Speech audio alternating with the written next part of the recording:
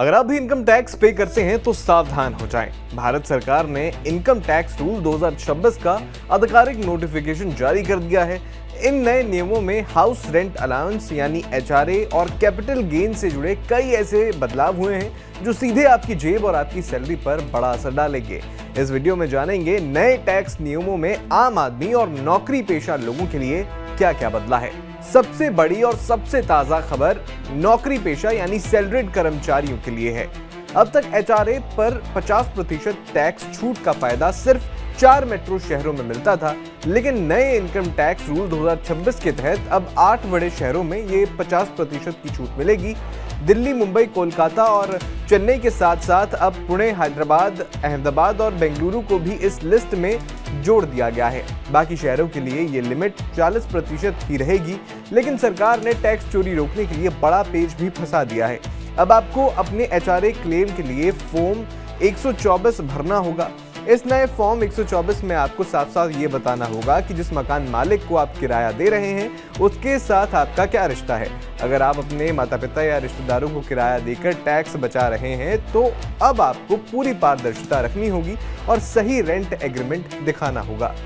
इसके अलावा एक और बड़ा बदलाव किया गया है। नए नियमों के तहत कैपिटल गेन्स टैक्स को लेकर भी स्थिति एकदम साफ कर दी गई है। उदाहरण के लिए अगर आपने किसी बॉन्ड को शेयर में बदला है तो उसे कितना समय तक होल्ड किया गया, इसकी गिनती बॉन्ड खरीदने के शुरुआती दिन से ही शुरू होगी।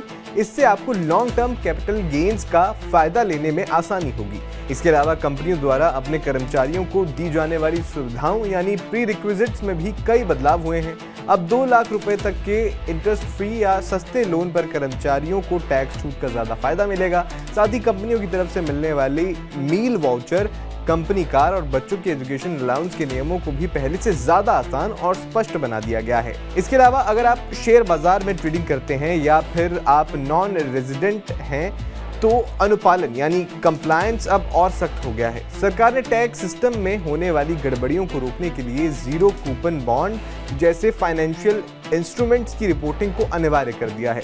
सबसे खास बात यह है कि इस नए नियम के तहत सरकार ने पुराने सभी फॉर्म्स को हटाकर 150 से ज्यादा नए फॉर्म जारी किए हैं। सैलरी से जुड़े डिडक्शन, ग्रेच्युटी और पेंशन के लिए अब नए फॉर्म इस्तेमाल होंगे। इसका मुख्य उद्देश्य भारत के टैक्स सिस्टम को पूरी तरह से पारदर्शी बनाना है।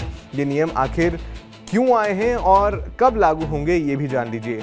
आपको याद होगा कि सरकार ने 1961 के पुराने टैक्स कानून को खत्म करके नया इनकम टैक्स एक्ट 2025 पास किया था। उसी नए कानून को सही तरीके से लागू करने के लिए central board of direct taxes यानी सीबीडीटी ने ये इनकम टैक्स रूल्स 2026 बनाए हैं। ये सभी नए नियम 1 अप्रैल 2026 से पूरे देश में लागू हो जाएंगे। इसका सीधा मतलब ये है कि फाइनेंशियल ईयर 2026-27 में आप जो भी कमाई करेंगे उस पर यही नियम लागू होंगे। इन नियमों पर आपके क्या विचार हैं, कमेंट बॉक्स में जरूर बताएं।